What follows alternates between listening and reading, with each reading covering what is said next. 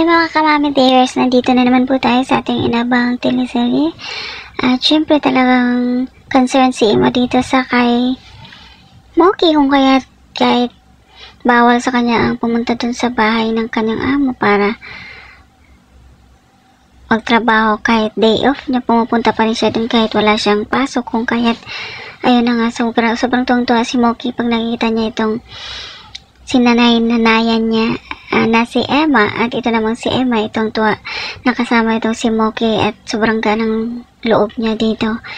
At ayun na guys, ito namang kasama ni Emma, siguro syempre may importanteng kailangang umuwi sa lugar nila dahil gusto niyang maka-attend doon sa event ng kanyang anak, kung kaya pinaubayan ito kay Emma ang lahat. At dahil sa nangyari din sa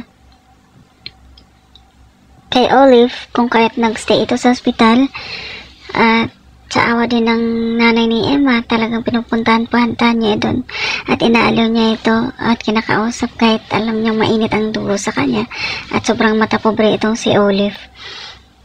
Pero syempre siya din ang nagbibigay ng nagtitimbre kay Emma kung ano ba, o kung baka uwi na daw si Olive, at siya ang magsasabi kay Emma para hindi ito mahuli ni Olive.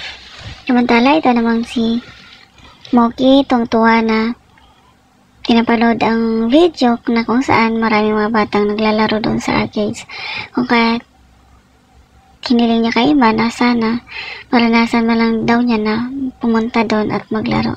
At dahil sa awa ni Emma, tinulungan niya itong si Moki at balak niyang dalhin doon talaga para maranasan din ni Moki ang pagiging bata. At paglabas nila doon sa mansion kung saan tamang pumunta doon ang kanyang husband, dahil syempre nagkatabuhan silang dalawa dahil din kay Moki, pero ayun na nga, humingi ng tawad itong husband niya sa kay Emma at tamang naghag silang dalawa at natutuwa ito si Moki na nakikita sila, kaya ayan, napansin din ng husband ni Emma ito si Moki at parang magaan ang loob niya dito nung kinamayan siya nito.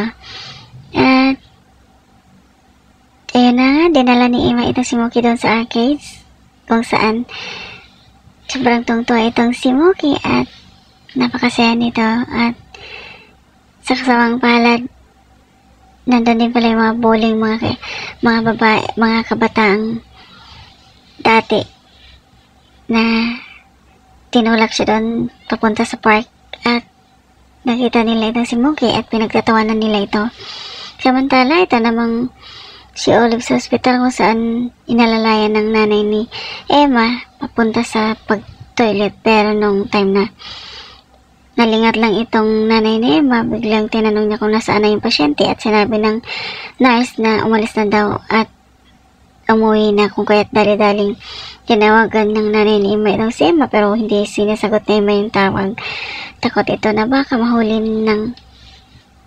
ni Olive si Emma at mapatalsik ito sa trabaho. At yun nga guys, talagang sobrang siya ni Moki na kasama niya si Emma. Ito namang nanay-nanayan niya na hindi niya naman totoong nanay, ibalak yatang lumpuin itong si Moki dahil ayaw niyang umalis ito doon sa poder niya at baka iiwan din siya kagaya ng iwan sa kanya. Ayun na nga guys, thank you so much for watching. Please don't forget to like, subscribe, and press the bell button for you to notify on my next video. Thank you and bye!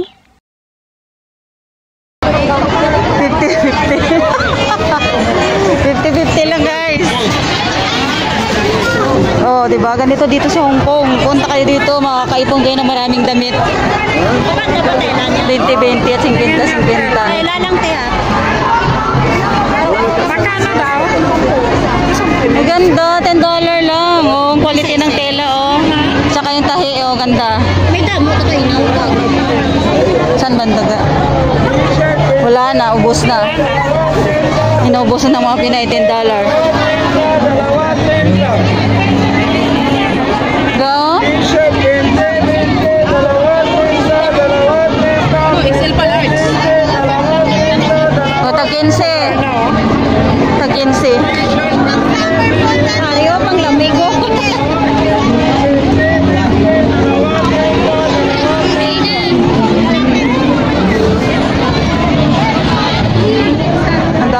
paninda dito. Naganda naman sombrero. Sampo lang, sampo. O, $10 lang ka. $10 lang ka, Michelle, oh. Ting, para kay Isha. Sampo natin, sampo. $10 lang. Ga, ano na? Ano tonto ka?